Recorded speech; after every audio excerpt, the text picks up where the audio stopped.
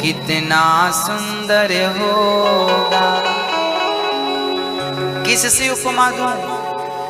कमल, कमल कितना सुंदर है पर कुछ भी नहीं है मेरे कृष्ण के सामने। चंद्रमा, चंद्रमा कितने सुंदर है, कहाँ सुंदर है, काला सा धब्बा लगा है।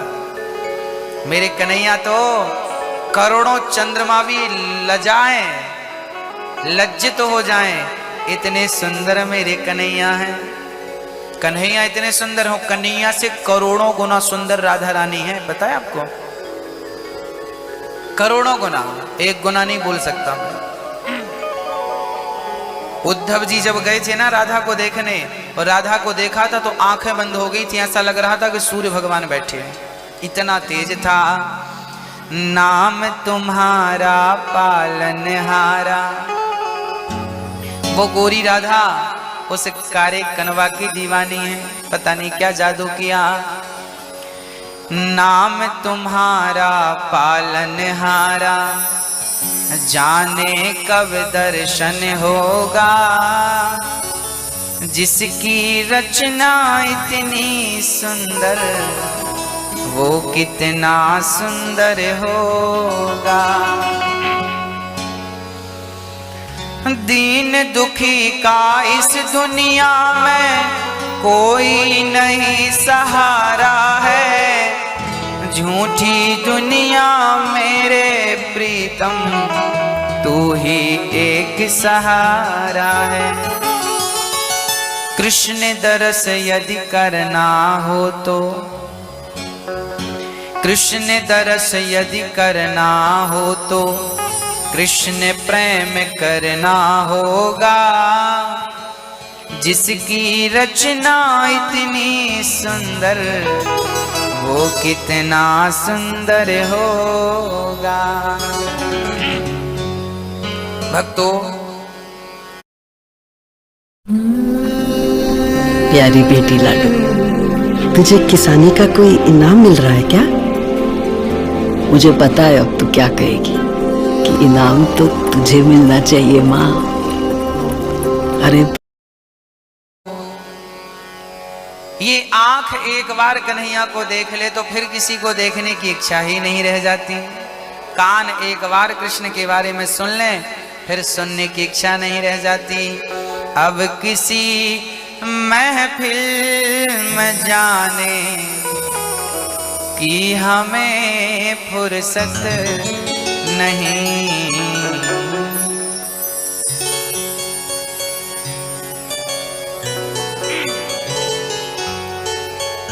एक था दिल मिल गया वो श्याम से,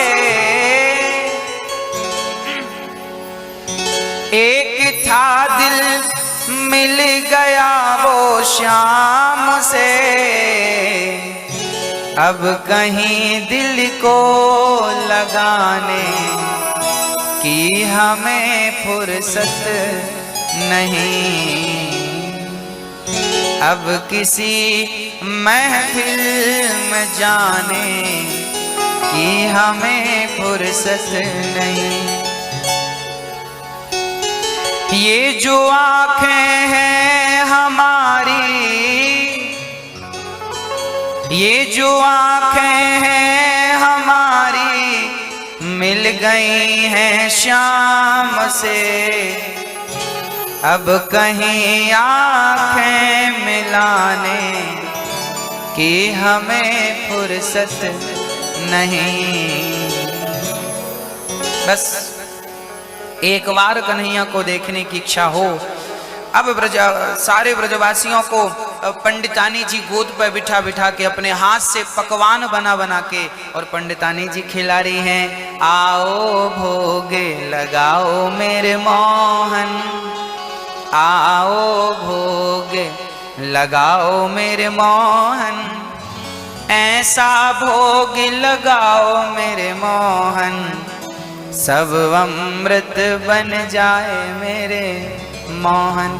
अब पंडितानी जी खिला रही और पंडित जी देख रहे हैं, अच्छा हमने जिनको भगाया यहाँ से मार के तुमने गोद पे बिठा के खिलाया। अब पंडित जी आवाज लगा रहे,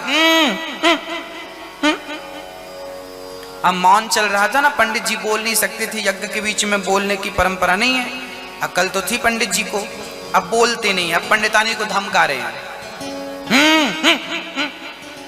अब पंडितानी ने देखा राम राम हमारे पति नाराज हो रहे हैं, अभी यज्ञ पूरा होगा तो हमारा यज्ञ शुरू हो जाएगा।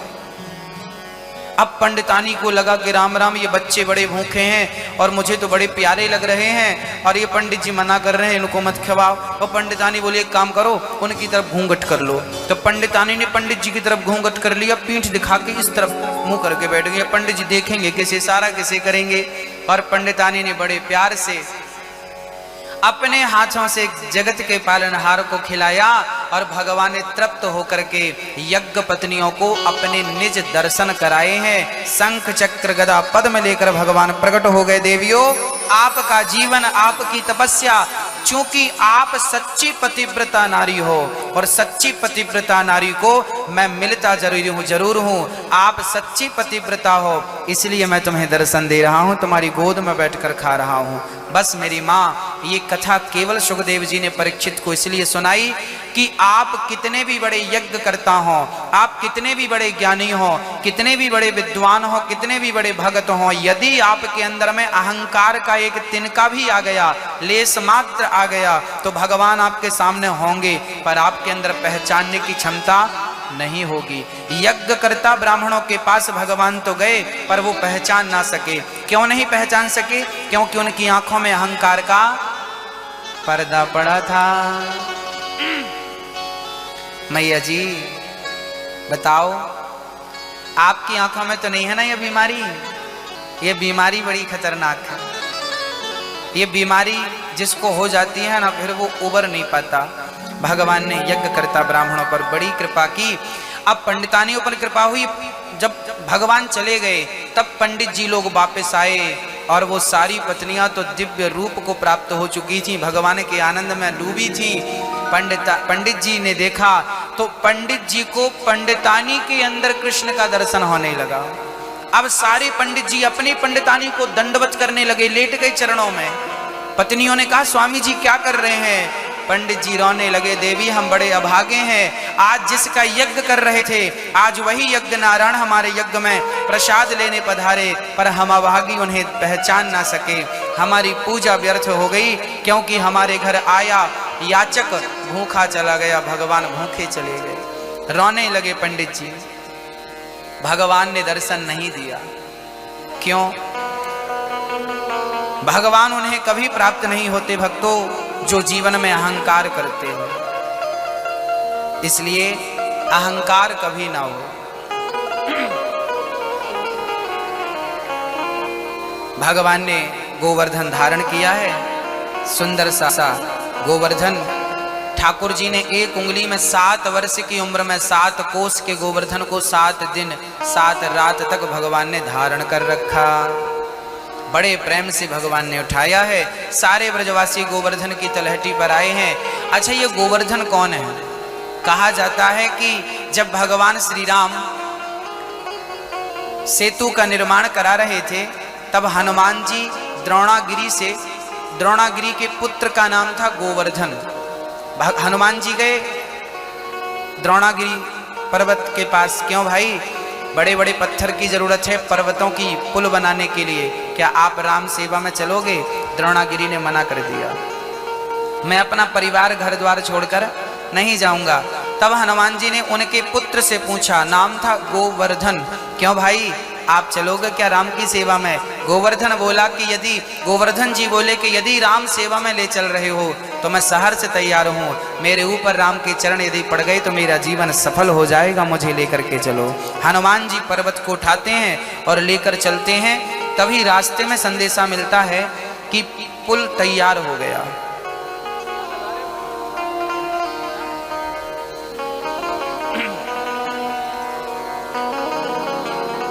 पुल पूरा हो गया। अब श्री राम जी ने संदेशा पहुंचाया कि जो पत्थर जहां लेकर खड़े हो वो पत्थर वहीं रख दो, क्योंकि पुल का निर्माण कार्य पूरा हो चुका है। अब हनुमान जी गोवर्धन को बोले कि भैया पुल तो बन गया, आपको यहीं रहना पड़ेगा।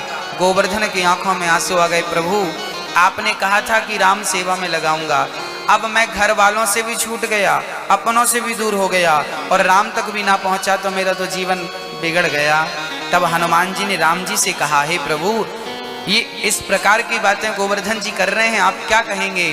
तब राम जी ने कहा कि गोवर्धन से कह दो कि वो मेरी सेवा के लिए घर परिवार छोड़कर आए हैं, उनसे कह दो कि वो वहीं रहें वृंदावन में, अगला जन्म लेकर मैं आऊंगा और मैं स्वयं अपने परिवार के साथ उनकी पूजा अर्चन करूंगा, उनकी सेवा करूंगा और उन्हें अपनी उंगली पर धारण करूंगा।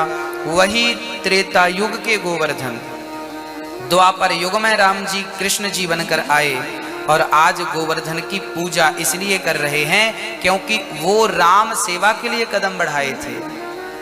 तो राम के दर्शन में युगों युग बीत गए पर भगवान मिले जरूर। भक्तों, भगवान को पाने की सच्ची श्रद्धा हो और भक्त का सच्चा विश्वास हो मुझे पाना है, तो मैं विश्वास दिलाता हूँ कि जीवन के आखिरी पल में या दूसरे जन्म में भगवान मिलेंगे जरूर। भक्त की इच्छा ठाकुर जी पूरी जरूर करते हैं। बोलिए भक्त वत्सल भगवान की। भगवान ने क्या धारण किया था? गोवर्धन। गोवर्धन मतलब गौ का वर्धन, गौ माता की सेवा ही भगवान श्री कृष्ण ने की है और सेवा के प्रकल्प को ही गोवर्धन कहा जाता है। आप लोग कितने लोग हैं जो गाय की सेवा करते हैं? जो करते हैं हाथ उठा सकते हैं।